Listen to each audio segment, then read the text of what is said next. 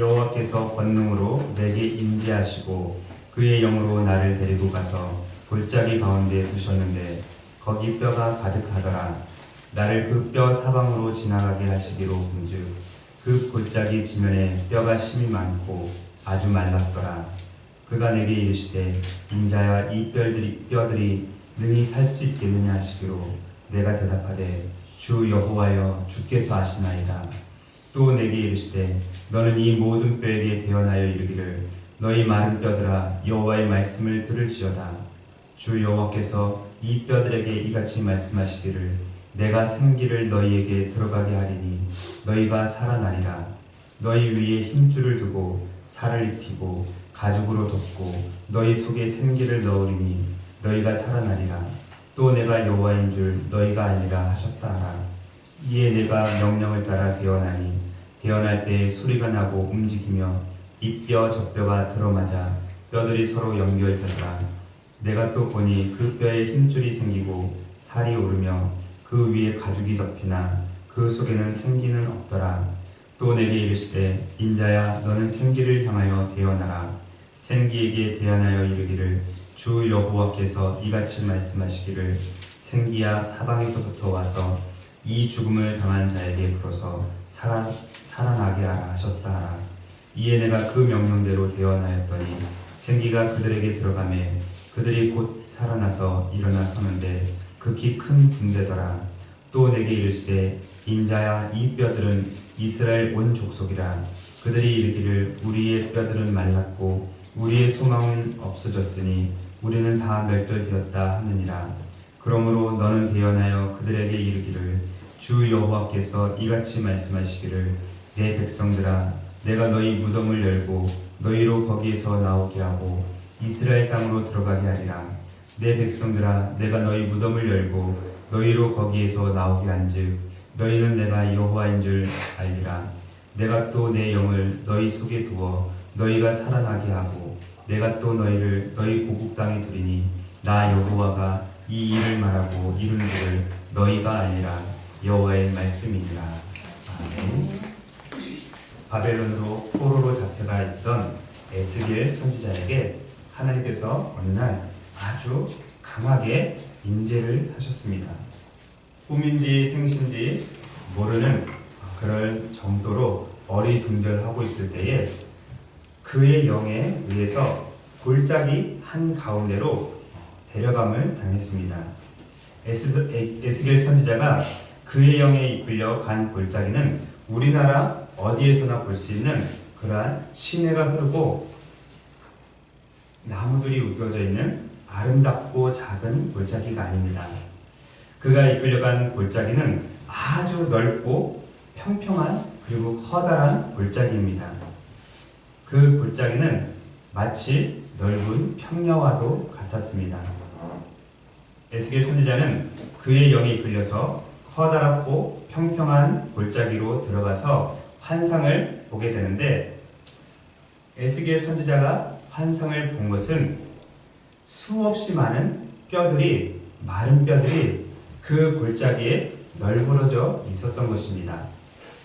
그 뼈들이 얼마나 오랫동안 그 골짜기에 널브러져 있었는지 모르지만 완전히 말라 비틀어져 있었습니다.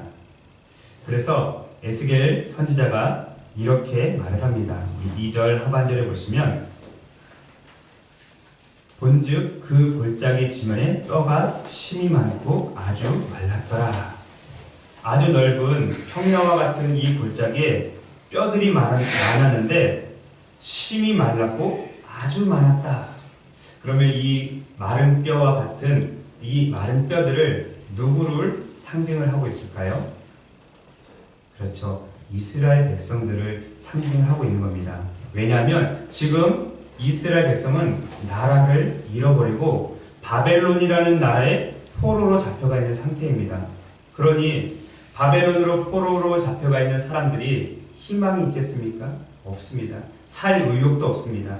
자기들 스스로 보기에도 우리는 마른 뼈와 같다라고 그렇게 여겼을 것입니다. 그 모습을 지금 환상 가운데 하나님께서 에스겔 선지자에게 보여주고 있는 것입니다. 그러면 1절 중반절에 기록되어 있는 그의 영, 그의 영이 무엇인지에 대해서 먼저 말씀을 알아보도록 하겠습니다. 1절 말씀을 제가 읽어보겠습니다. 여호와께서 권능으로 내게 임재하시고 그의 영으로 나를 데리고 가서 골짜기 가운데에 두셨는데 거기 뼈가 가득하더라. 여기서 말하는 그의 영은 다른 말로 하면 주의 영 또는 주의 신 그리고 내 영이라는 단어로 바꿀 수 있을 것입니다.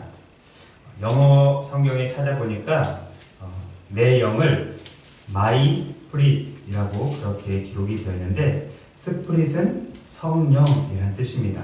my는 나, 그래서 나의 성령 이라는 뜻입니다.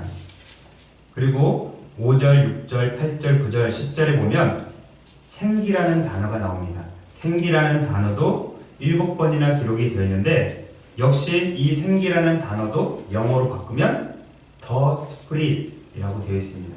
즉 나의 영도 성령님을 뜻하고 생기도 성령님을 뜻한다는 것입니다. 그래서 나의 영은 하나님의 영, 곧 성령을 의미하는 것입니다. 그렇다면 성령님은 어떤 분이시겠습니까? 성령님은 어떤 분이죠? 성령님은? 성령님. 성령님이 어떤 분인가요? 너무 어려운 질문을 했나 봅니다. 성령님은 인격을 가지신 참 하나님이십니다. 물론 우리 눈으로는 볼 수가 없습니다. 그러나 성령님은 삼위일체 중 한 분이시고 우리와 함께 하시는 분이십니다. 그리고 성령님은 보혜사이십니다. 보혜사라는 말은 엄청 어려운 한문인데 쉬운 말로 말하면 돕는 자, 후원자, 조언자, 보혜사, 상담자 이런 단어를 뜻을 가지고 있습니다. 그러면 이런 위로자, 상담자, 보혜사, 조언자 이런 것들은 모두 인격을 가지고 있는 분이 할 수 있습니다. 인격을 가지고 있지 않는 분은 절대로 조언자나 위로자나 상담자나 후원자가 될 수가 없습니다. 그래서 성령님은 우리와 함께 하시는 하나님이시고 인격을 가지고 있는 참 신이라는 겁니다. 2000년의 교회 역사 가운데 성령님을 부인하는 교회들, 성령님을 부인하는 사람들은 모두 다 이단으로 정죄를 받았습니다. AD 325년에 니케아라는 지역에서 회의가 열렸는데 그 회의에서 채택된 것을 니케아 신경이라고 합니다. 거기서 성령님에 대해서 이렇게 결론을 내렸습니다. 나는 성령님을 믿는다. 성령님은 주님이시므로 또한 생명을 주시는 분이시다. 그분은 성부와 성자로부터 영원히 발출하신다. 그분은 성부와 성자와 함께 경배와 영광을 받으신다. 우리 여름 성경학교 때 배운 거 기억나죠? 아니요. 거기서 아니요 그러면은 목사님이 할 말이 없죠. 배웠잖아요. 하나님은 한 분이신데 세 분으로 계시는데 성부, 성자, 성령님이 계신다. 그래서 좀 복습하는 의미에서 하나님은 어떤 분이라고 그랬죠? 아니 그냥 하나님은 원래부터 계신 분. 그래서 성경에 보면 그렇죠. 스스로 계신 자. 그거를 어려운 말로 다시 바꾸면 세 단어? 그렇죠. 여호와. 하나님은 스스로 계신 분인데 그분이 바로 여호와시고 우리가 말하는 성부 하나님. 그러면 예수님은요? 예수님은 어떤 분이었죠? 그죠. 성자 하나님인데 어떻게 낳으셨다고 했죠? 하나님께서 낳으셨다고 했어요. 그것은 어떤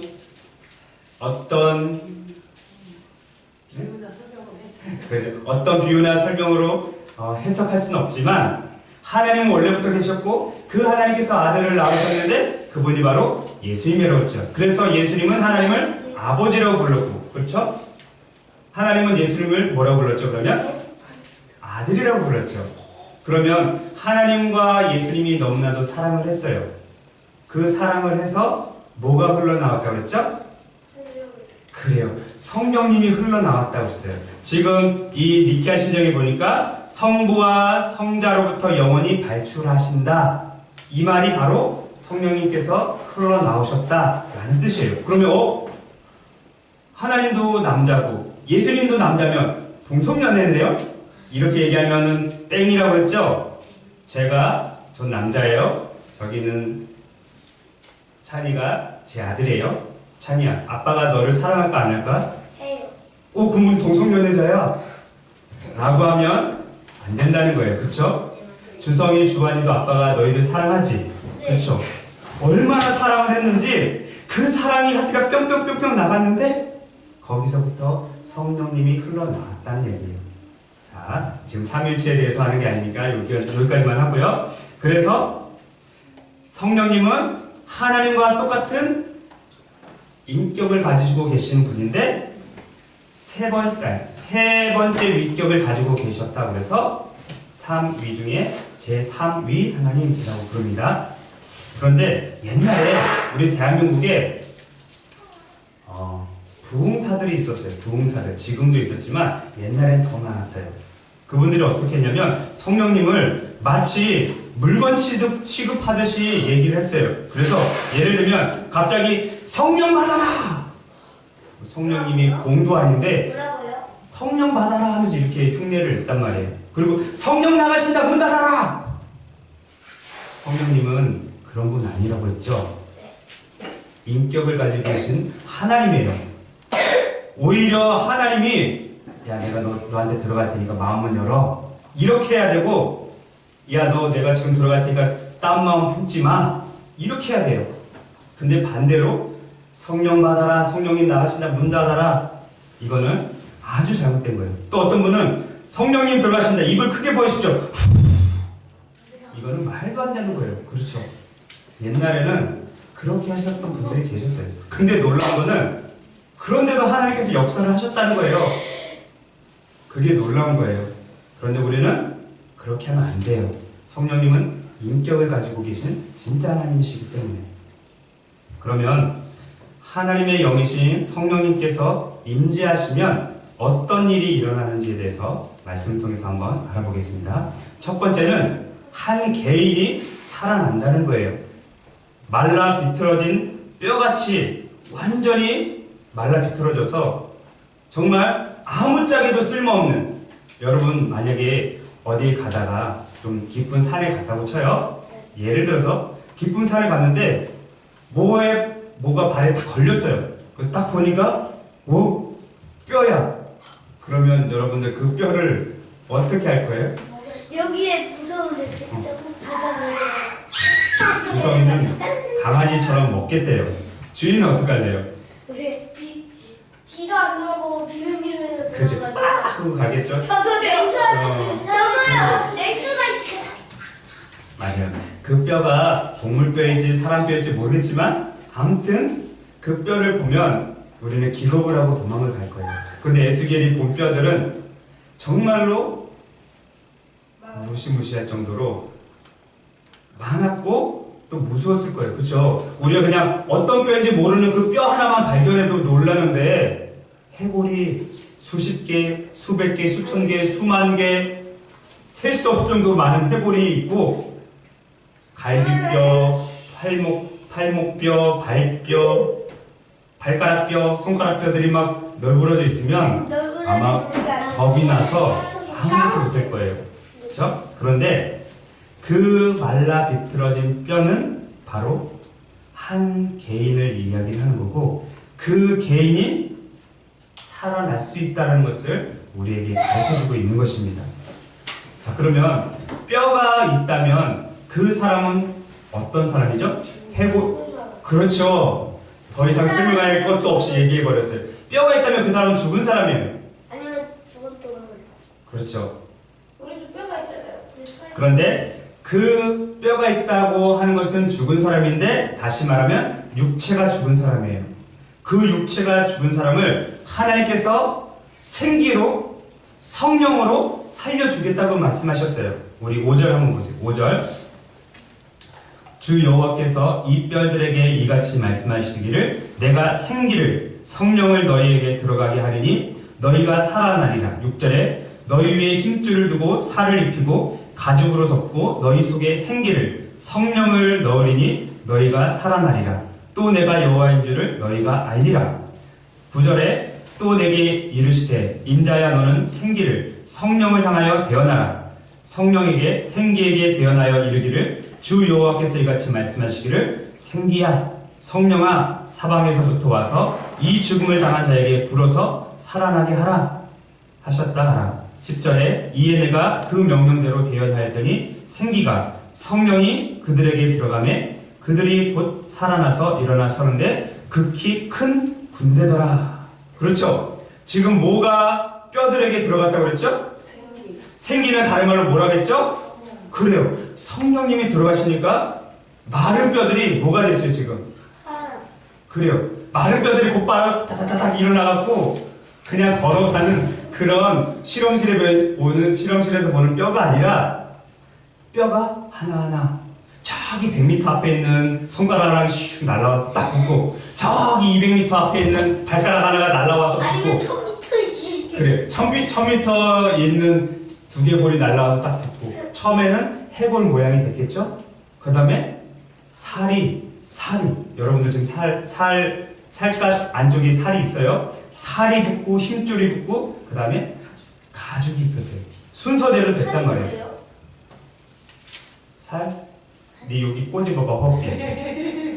꼬집어서 아야 그러면 그건 살이야. 아무 느낌도 없으면 그건 뼈야. 그렇죠? 그래서 살아났다. 개인이 살아난 겁니다. 이 개인이 살아난 것은 성령의 역사로만 가능합니다. 그 어떤 역사로도 살아날 수가 없습니다. 저는 모 교회에서 교구 목사로 8년 동안 섬겼었는데 장례식장을 많이 가봤어요. 지난주에 물어보니까 장례식장 안 가본 친구들도 많고 화장터에는 뭐 아예 안 가본 친구들도 많은데 주희하고 찬이는 어렸을 때 가봤어요. 증조 할머니가 돌아가셔서 그래. 그리고 할머니가 돌아가셨을 때도 너희가 기억은 안 나지만 다 가봤어요.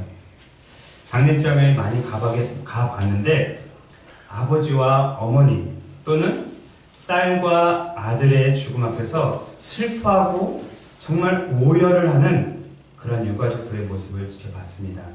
그들은 돌아가신 아버지가 어머니와 딸과 아들이 당장이라도 살아서 무덤에서 나올 것 같이 그렇게 생각하며 울부짖었습니다. 6년 전에 저희 어머니가 돌아가셨는데 돌아가신 다음에 빨리 부패하지 말라고 냉동고 같은 데다가 이렇게 다 넣어놓습니다. 그리고 염을 해요. 염이 뭐냐면 죽은 사람에게 삼배 옷을 입히는 거예요. 왜요?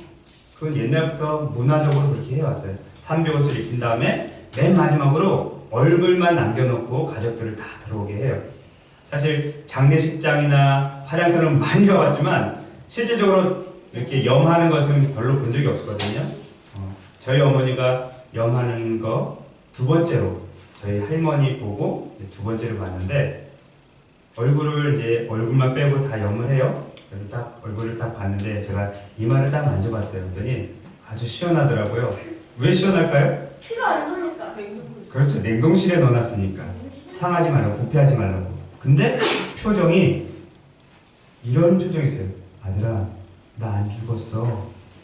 저희 어머니가 만으로 60세에 돌아가셨거든요. 폐혈증으로. 그러니까 어디가 뭐 크게 다치거나 상한 데가 없는 거예요. 얼굴이 너무 정말 천국에 간 그 얼굴, 기쁨에 찬 얼굴이었는데 정말 그 표정이 아들아 나 안 죽었어 라고 하면서 일어날 것 같은 그런 표정이었어요. 근데 어떻게 됐죠? 이미 돌아가셨어요. 죽었어요. 죽음 앞에서는 그 어떤 가족도 즐겁다. 우리 할머니, 우리 할아버지, 우리 아빠, 엄마 천국 갔으니까 왜 이렇게 즐겁지? 행복하지? 그렇지 않다는 거예요. 그렇죠? 네. 물론 천국 간 것 때문에 즐거워하고 기뻐해야 되겠지만 그 순간만큼은 그 자리에서 우리 아버지, 우리 어머니, 우리 아들, 딸 죽어서 천국 갔어요. 하하하 즐거워요. 이렇게 하면 미친놈이라고 그러는 거예요. 그렇죠? 그래요. 아무리 그 사람이 죽어서 천국 갔다고 해도 그 자리에서 웃고 즐기면 그 사람은 미친 사람이에요. 그렇게 부를 수밖에 없어요. 슬퍼하고 오열하는 게 당연한 겁니다. 그러나 하나님의 영이신 성령님께서 임하시면 죽었던 사람들이 살아나게 됩니다. 그런데 지금까지 죽었다가 살아난 사람이 있을까요? 있잖아요. 나사로. 그래요. 나사로. 네, 나사. 그래요. 나사로 빼고는 있을까요? 없을까요? 없어요. 한 명 더 있어요. 4명 더 있어요. 성경 잘 보세요. 나사로만 있는 게 아니라 한 과부의 아들도 죽었다 살아났고 또 엘리야가 그렇죠. 그때도 있었고 베드로도 살린 적 있고 바울도 살린 적 있어요. 베드로의 어머니. 하여튼 그게 중요한 거 아니라 죽은 사람은 살아날 수 없다는 거예요. 실제적으로. 그런데 우리는 영적으로 죽어있는 상태이기 때문에 영적으로 죽어있는 사람이 살아날 수 있는 유일한 방법은 성령님이 임하셔야만 한다는 겁니다. 그리고 실제적으로 죽은 사람이 살아날 때가 있습니다. 반드시 그 때가 올 거예요. 언제죠? 그래요. 예수님께서 재림하시는 날, 그 날과 때와 시간과 장소는 아무도 모르지만 반드시 그 때가 있을 거예요. 그때에 실제적으로 죽은 사람이 살아날 겁니다. 한 사람? 두 사람? 세 사람? 네 사람? 모든 사람. 그렇죠. 이 세상에 있는 모든 죽은 사람이 다 살아날 겁니다. 예수님 믿는. 그렇죠. 그래서 다 살아나서 심판대 앞에 서고 예수님을 믿은 사람은 천국, 예수님을 안 믿고 죽은 사람은 영원한 지옥으로 들어가게 될 겁니다. 자, 두 번째로 하나님의 영이신 성령님께서 임재하시면 어떤 일이 벌어지냐면 죽었던 나라도 다시 살아난다는 거예요. 11절 보세요. 11절 제가 읽어보겠습니다. 또 내게 이르시되 인자야 이 뼈들은 이스라엘 온 족속이라. 그들이 이르기를 우리들의 뼈들이 말랐고 우리의 소망이 없어졌으니 우리는 다 멸절되었다 하느니라. 자, 처음에는 성령님 임하시면 누가 살아난다고 했죠? 사람. 그렇죠. 한 개인이 살아난다고 했어요. 그 수만, 수천, 수백, 수억이라는 그 수억까지는 안 가겠죠? 엄청 많은 뼈들이 하나하나 살아나는 거예요.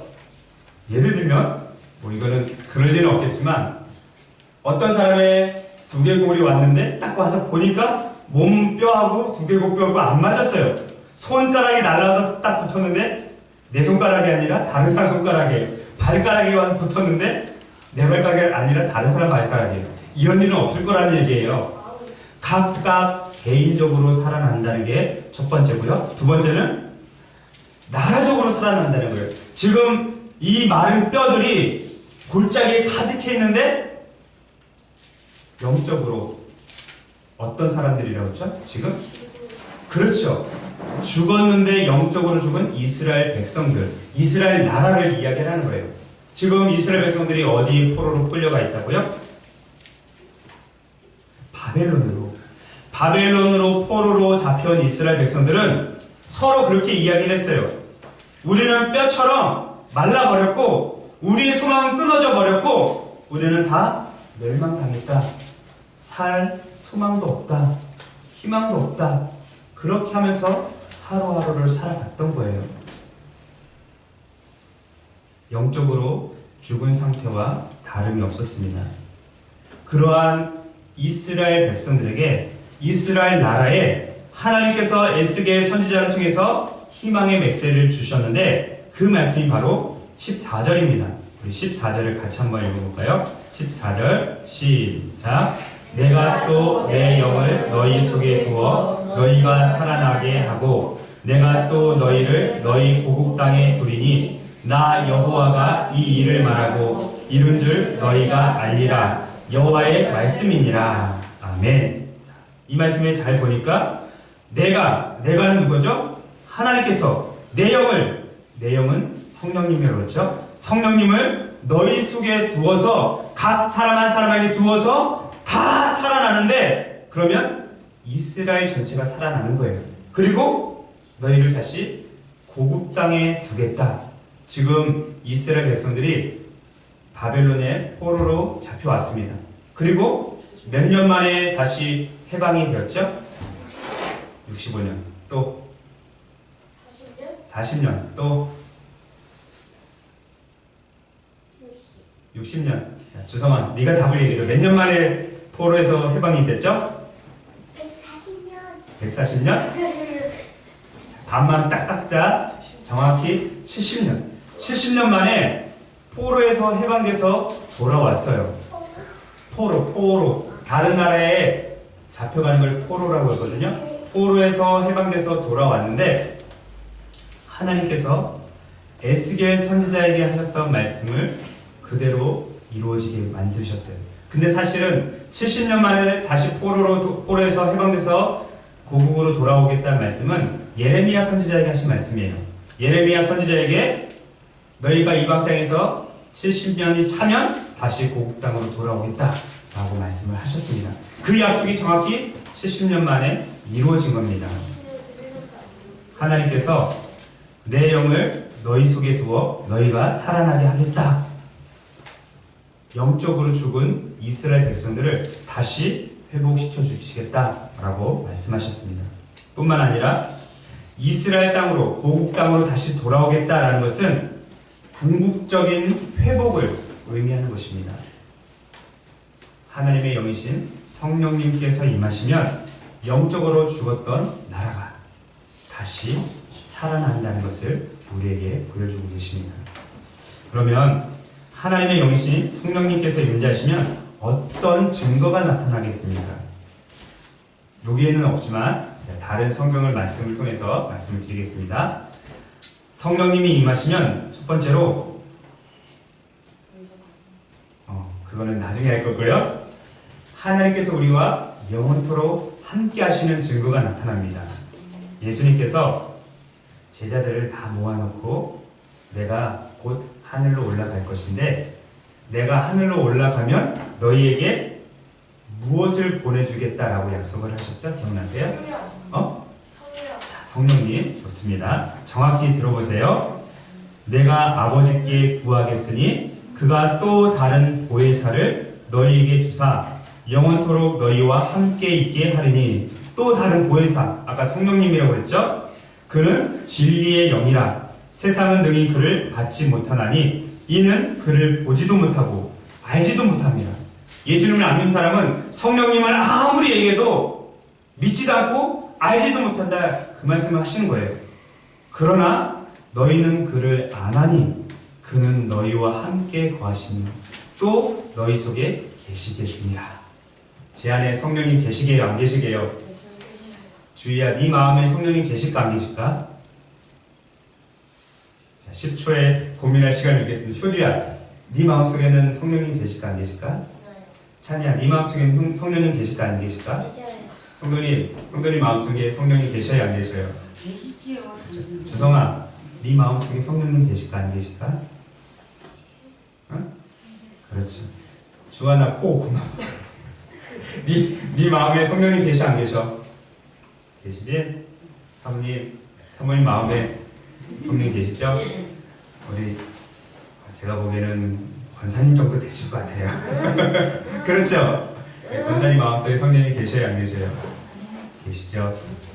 주희야, 고민할 거 없어. 10초도 고민할 거 없어. 그래, 5초도 고민할 거 없어. 자, 왜 고민할 필요가 없는지 내가 이제 또 설명을 해줄게. 자, 앞에서도 말씀드렸듯이 보혜사는 성령님의 또 다른 이름이라고 했어요. 근데 그 보혜사는 위로자, 상담자, 후원자, 조언자 이런 뜻을 가지고 있다고 했죠. 그리고 성령님은 인격을 가지신 참 하나님이셔요. 조금 전에 읽어드렸던 것처럼 예수님을 안 믿는 사람은 아무리 성령님에 대해서 얘기해도 뭔데?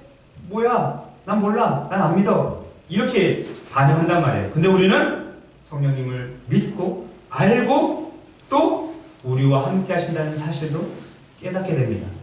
그래서 두 번째로 성령님이 우리에게 임재하시면 말씀이 생각이 난다고 했어요. 말씀이. 들어보세요. 보혜사 곧 아버지께서 내 이름으로 보내실 성령 그가 너희에게 모든 것을 가르치시고 내가 너희에게 말한 모든 것을 생각나게 하리라. 주희야, 내가 너한테 가끔 질문하잖아? 아니 질문하기 전에 네가 대답을 하지. 응? 대답을 하지. 성경 말씀에 대해서 대답을 하지.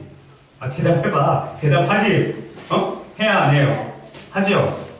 자, 보세요. 그러면 보혜사 곧 아버지께서 내 이름으로 보내실 성령 그가 너희에게 모든 것을 가르치고 내가 너희에게 말한 모든 것을 생각나게 하리라. 네가 말하는 모든 것은 네 안에 계신 성령님께서 생각나게 하셔서 말하는 거야. 이해되니? 자, 그러나 진리의 성령이 오시면 그가 너희를 모든 진리 가운데로 인도하시리니 그가 스스로 말하지 않고 오직 들은 것을 말하며 장래 일을 너희에게 알리시리라. 성령님도 자기 마음대로 말씀하시는 게 아니라 하늘에서 아버지 하나님께 성부 하나님께 들었던 내용을 그대로 우리에게 알려주신다는 말씀이에요. 3년 동안 예수님과 동고동락했던 제자들 보세요. 예수님께서 살아 계셨을 때 십자가에 못 박혀 돌아가시기 전에 했던 말씀들, 그 말씀들이 기억이 났어요? 기억났어요? 났을까요? 안 났어요? 안 났어요. 그런데 언제 기억났냐면 오순절날 마가 요한의 다락방에서 성령님의 임재를 받았을 때 그 이후로 기억이 났단 말이에요. 그리고 그 이후로 담대하게 복음을 전하게 됐던 것입니다. 자, 세 번째로 하나님의 영이신 성령님께서 임재하시면 우리도 복음을 담대하게 외치는 증인이 될 수 있다는 것입니다. 예수님께서 부활하시고 이 땅에 며칠 동안 계셨죠?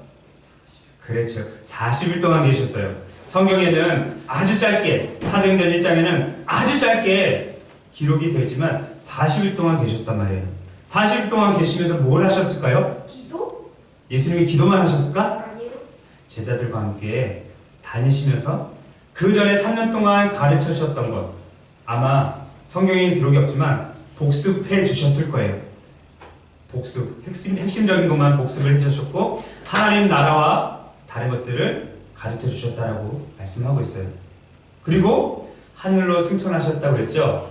그 승천하에 밟고 계셨던 돌이 예루살렘에 있다고 그랬어요? 없다고 그랬어요?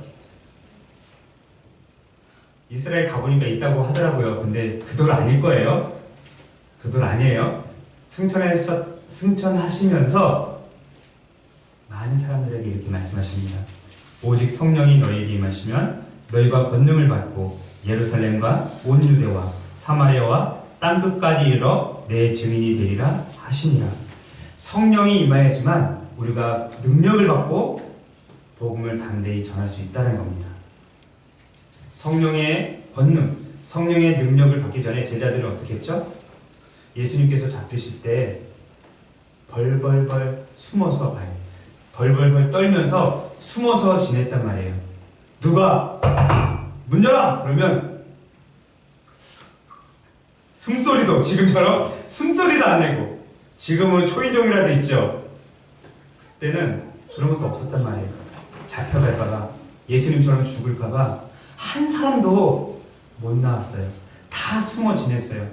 그런데 성령의 능력을 받은 후에는 나오지 말래도 밖으로 뛰쳐나왔고 하지 말래도 복음을 전했죠. 그게 바로 성령님의 임재가 있었기 때문에 그렇습니다. 자, 마지막으로 우리 딸이 아까 고민했던 부분을 말씀을 드릴게요. 성령님이 임재하시면 예수님을 구세주와 주님으로 고백을 할 수 있습니다.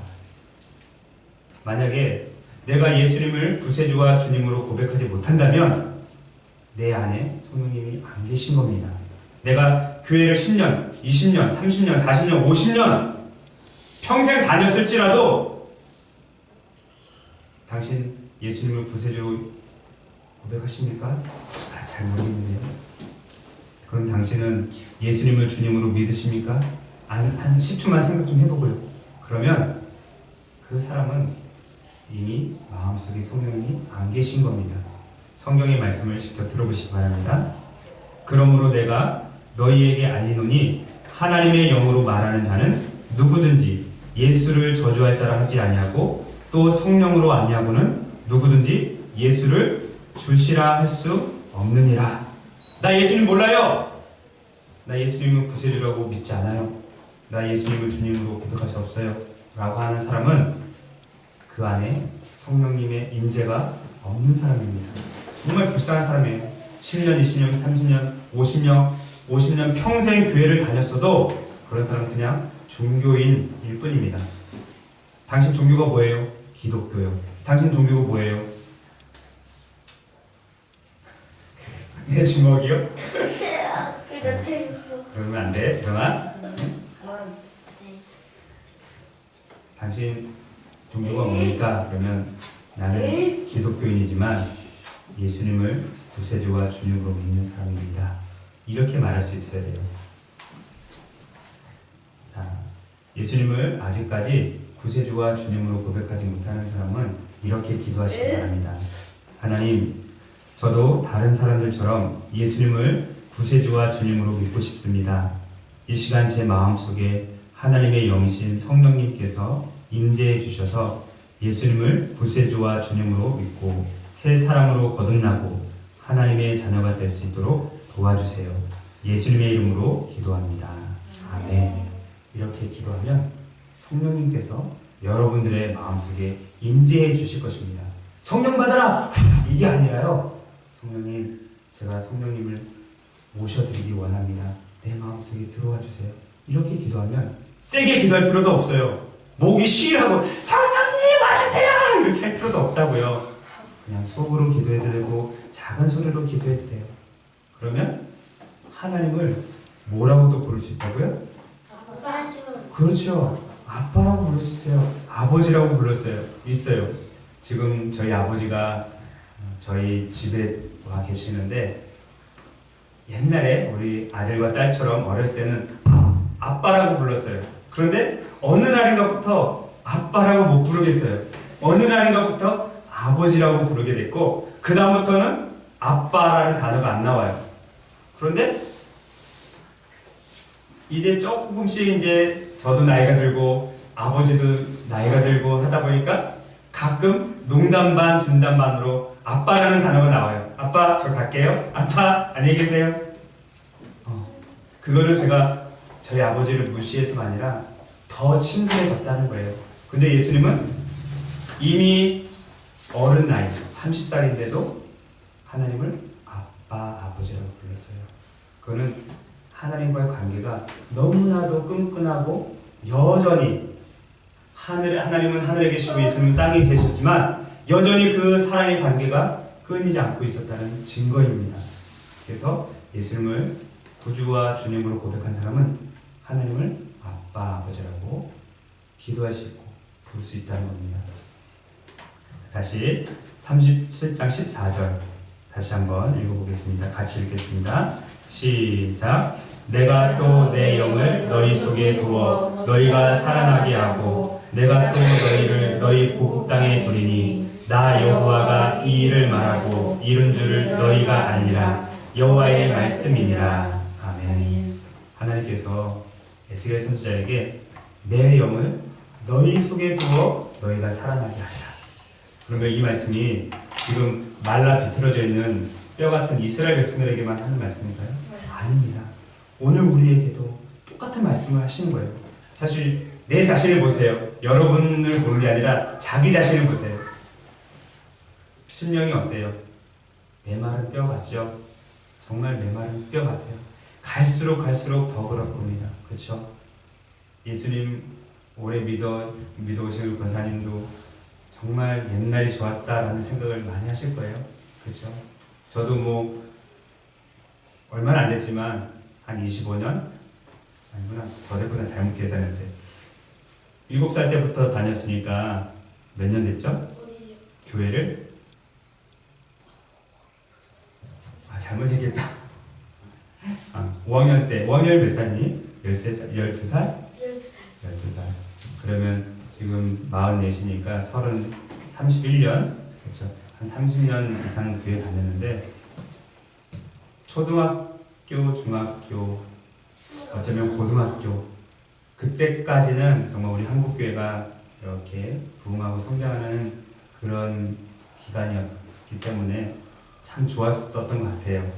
정말. 근데 지금은 세태기로 접어들어서 참 영적으로 목사지만 마른 뼈 같은 심령을 가질 때가 참 많습니다.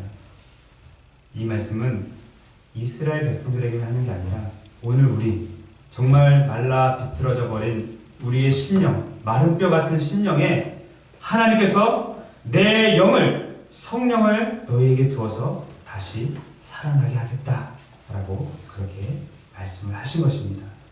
그래서 우리가 성령을 다시, 성령님의 임재를 다시 한번 회복을 해야 되는데, 그렇게 하기 위한 방법은 뭐죠? 다른 방법이 없어요. 기도하는 거. 하나님, 이 메마른 심령에 성령님께서 다시 한번 임재해 주십시오.